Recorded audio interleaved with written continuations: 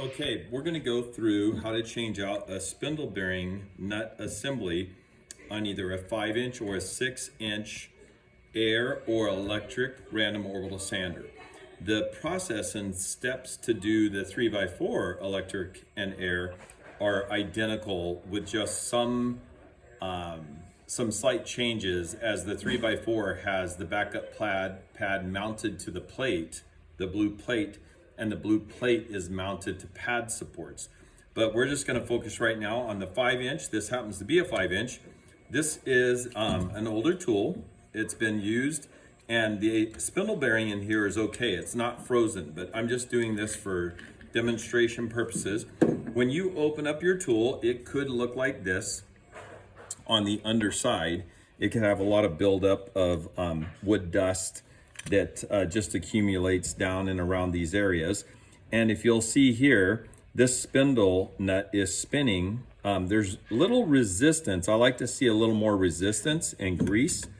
So if this here is the bearing with the nut pressed into it, and you'll see I can feel it. There's resistance of grease holding back the nut, where this guy here spins a little more freely.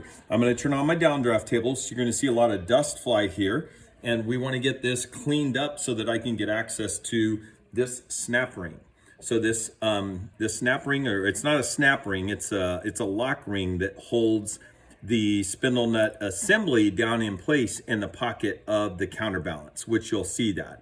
By the way, this kit, the spindle bearing pressed onto the nut with the lock ring, the T12, this is the T12 adapter. This is for the 3x4 sander. We're not going to use it in this case here. We're just going to simply use the T6 slide hammer, because this will screw right into that nut. But let me hit the downdraft and you can watch. We'll blow this dust out.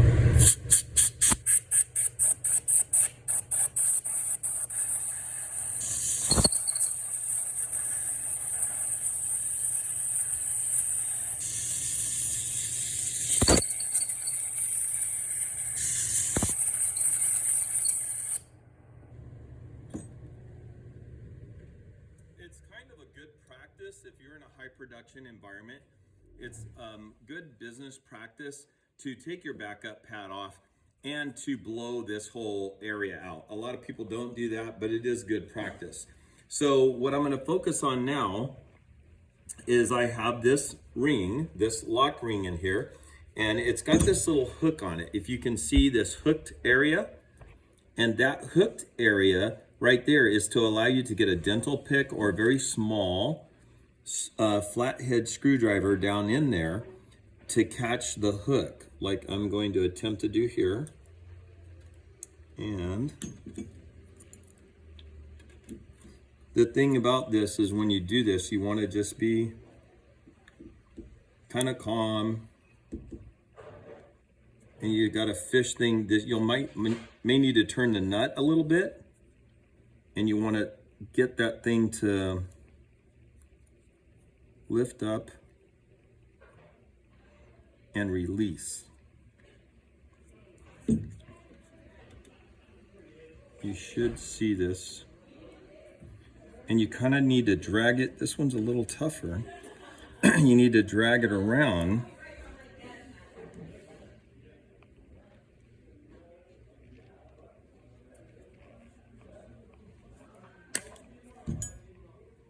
Oh, this one's in there tight.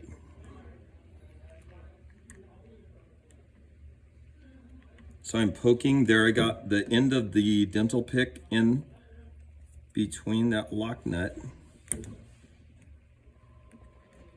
And at some point,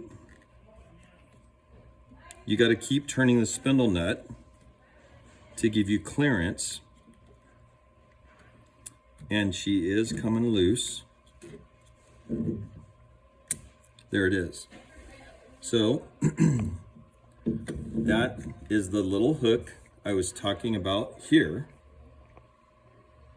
that you've got to get underneath there to pop that thing free. So now this assembly is free. I'm going to screw the slide hammer the T6 into the nut, and the slide hammer, that's it, right there. So you slide hammer it out.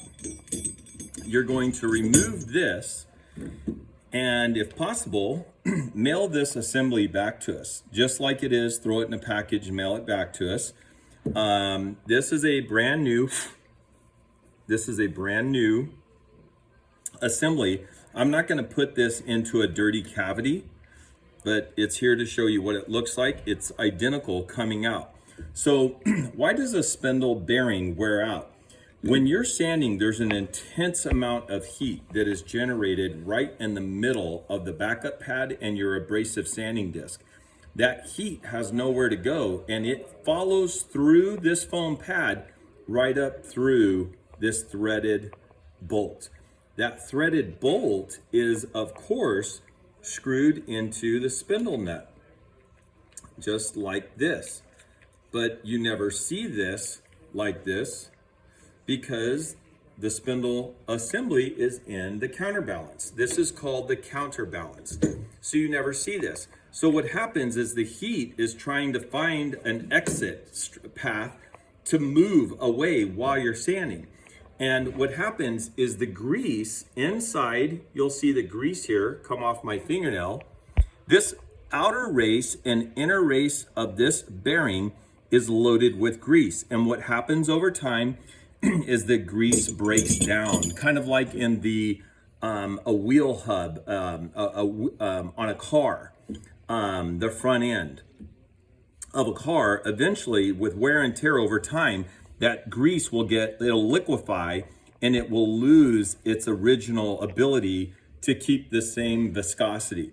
Our bearings are all sourced out of Japan. We believe and we know these double roll bearings to be solid, durable, rugged, withstand tremendous abuse, and that's the only thing we ever use. So that's what happens. So then the grease will liquefy, and it can spread. It can move out of the inner and outer race and the seals, and then you start to have more heat generating because the steel balls at that point will begin to rub against themselves and create friction and more heat. So that's what happens after years. We've had people run our sanders.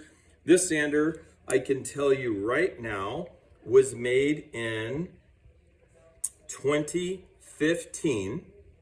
This tool was manufactured in 2015. We had just gotten it back. It was made on the 77th day of the calendar year, and it was the 589th sander made for surf prep on that day in that year.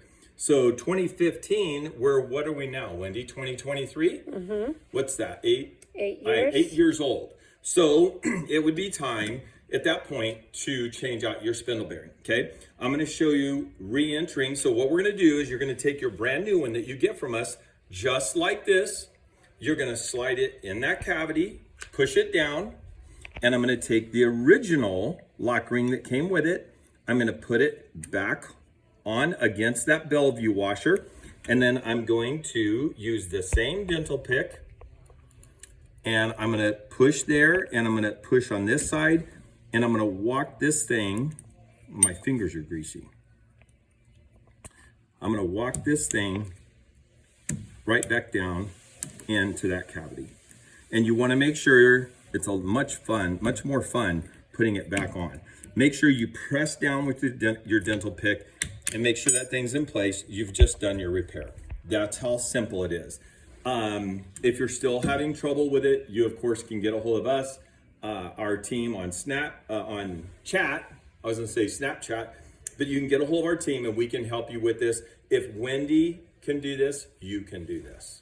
Right, Wendy? Right. So I hope that helps, and it alleviates any frustration that you may experience. And we're honored and pleased that you use our products. So I hope this helps you. Thank you.